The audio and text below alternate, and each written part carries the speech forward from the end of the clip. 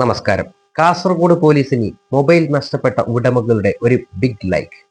നഷ്ടപ്പെട്ട 42 മൊബൈൽ ഫോണുകളാണ് ഉടമകൾക്ക് പോലീസ് തിരിച്ചു നൽകിയത്.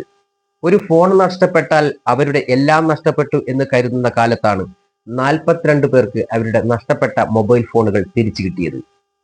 വാർത്തകൾ കാണാം.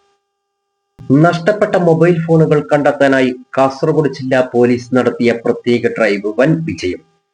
CEIR central equipment identity registration portal ഉപയോഗപ്പെടുത്തി നടത്തിയ പരിശോധനയിലൂടെ വിവിധ സ്റ്റേഷനുകളിലായി റിപ്പോർട്ട് ചെയ്യപ്പെട്ട പരാതികളിലെ 42 മൊബൈൽ ഫോണുകളാണ് പോലീസ് കണ്ടെടുത്തത്.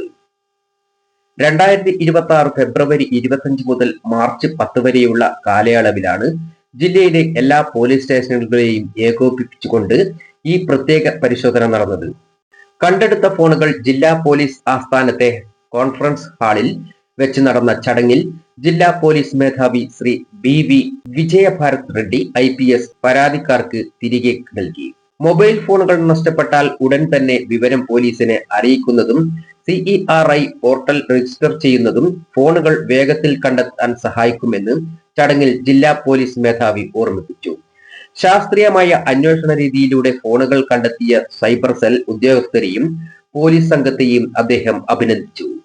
ജയ് ഹിന്ദ് മീഡിയ, കാസർഗോഡ്.